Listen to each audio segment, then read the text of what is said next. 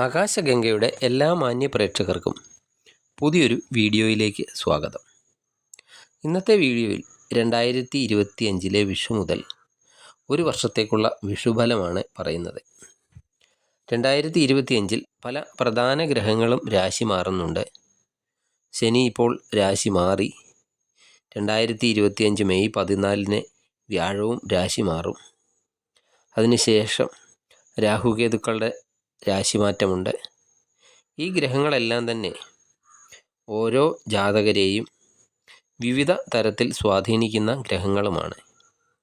ഈ ഗ്രഹങ്ങളുടെ മറ്റൊരു പ്രത്യേകത എന്താണെന്ന് വെച്ചാൽ, ഇവർ വളരെ കാലം ഒരു രാശിയിൽ നിന്ന് ഗുണദോഷ ഫലങ്ങൾ നൽകുന്ന ഗ്രഹങ്ങളാണ്. മറ്റ് ഗ്രഹങ്ങളാണെങ്കിൽ ഒരു മാസത്തോളമേ ഒരു രാശിയിൽ നിൽക്കൂ. ഈ ഗ്രഹങ്ങൾ അതിൽ കൂടുതൽ, അതായത് വ്യാഴമാണെങ്കിൽ 1 വർഷത്തോളം, രാഹുകേതുക്കൾ 1.5 വർഷം വീതം, ശനിയാണെങ്കിൽ 2.5 വർഷത്തോളം ഒരു രാശിയിൽ നിന്ന് ഗുണദോഷ ഫലങ്ങൾ നൽകുന്ന ഗ്രഹങ്ങളാണ്. അതിനാൽ ഈ ഗ്രഹങ്ങളുടെയൊക്കെ ഒരു രാശിമാറ്റം വളരെ പ്രാധാന്യം അർഹിക്കുന്നതാണ്.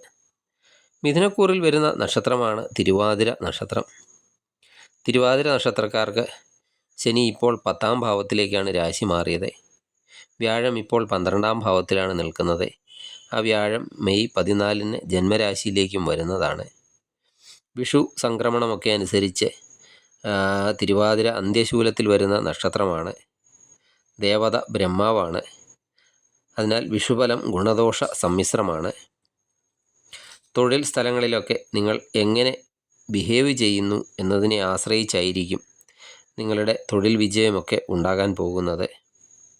തൊഴിൽ സ്ഥലത്ത് ആത്മാർത്ഥതയൊക്കെ പുലർത്തുക, കൃത്യമായി ജോലിക്കൊക്കെ ഹാജരാകുക, അവനവൻ്റെ ജോലിയൊക്കെ വളരെ കൃത്യമായി തന്നെ ചെയ്യാൻ ശ്രദ്ധിക്കുക.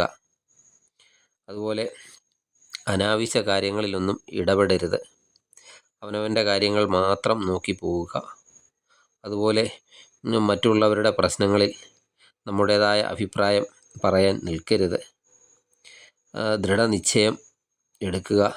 അതുപോലെ ദൃഢനിശ്ചയവും ലക്ഷ്യബോധവും ഒക്കെ നിങ്ങൾക്ക് തൊഴിൽപരമായ ഉയർച്ചയൊക്കെ ഉണ്ടാക്കി തരുന്നതാണ്. തൊഴിലൊക്കെ നഷ്ടപ്പെട്ടവർക്ക് തൊഴിൽ ലഭിക്കുന്നതിനും, അതുപോലെ പുതിയ തൊഴിലൊക്കെ അന്വേഷിക്കുന്നവർക്ക് പുതിയ അവസരങ്ങളും ഒക്കെ ഉണ്ടാകുന്നതാണ്. നിലവിലുള്ള തൊഴിൽ മാറുന്നതിനെ പറ്റിയൊക്കെയുള്ള ചിന്ത ഒഴിവാക്കുന്നത് തന്നെ ആയിരിക്കും നല്ലത്. മറ്റൊരു നല്ല തൊഴിൽ ലഭിച്ചാൽ മാത്രം പഴയ തൊഴിലൊക്കെ ഉപേക്ഷിക്കുന്നതിനെപ്പറ്റി ചിന്തിക്കുക. അതുപോലെ നിങ്ങൾക്ക് അസ്ഥി സംബന്ധമായ അസുഖങ്ങളൊക്കെ ഉണ്ടാകാൻ സാധ്യതയുണ്ട്. പ്രത്യേകിച്ച് കൈയുടെയും കാലിൻ്റെയും ഒക്കെ ജോയിൻറ്റുകൾക്കൊക്കെ വേദന ഒക്കെ ഉണ്ടാകാം. അതുപോലെ കൂടെ നിൽക്കുന്നവരൊക്കെ ചതിക്കുകയോ അല്ലെങ്കിൽ ബന്ധുക്കളൊക്കെ എന്ന് തോന്നുന്നവർ ശത്രുക്കളൊക്കെ ആകുകയോ ചെയ്യുന്ന കാലമാണ്. കുടുംബത്ത് സന്തോഷത്തിനുള്ള സാഹചര്യങ്ങളൊക്കെ ഉണ്ടാകുന്നതാണ്. ശത്രുക്കളൊക്കെ നിങ്ങൾക്കുണ്ടായാലും അവരെയൊക്കെ പരാജയപ്പെടുത്താൻ നിങ്ങൾക്ക് കഴിയുന്നതാണ്. അതുപോലെ പഴയ ഗുരുജനങ്ങളെയൊക്കെ കണ്ടുമുട്ടാനുള്ള സാധ്യതയുണ്ട്. ദൈവാധീനമൊക്കെ ഉള്ള കാലമാണ്. കുടുംബവും ഒന്നിച്ച് പുണ്യസ്ഥലങ്ങളൊക്കെ സന്ദർശിക്കുകയോ അല്ലെങ്കിൽ പുണ്യക്ഷേത്രങ്ങളൊക്കെ സന്ദർശിക്കാനോ ഒക്കെയുള്ള യോഗങ്ങളുണ്ട്.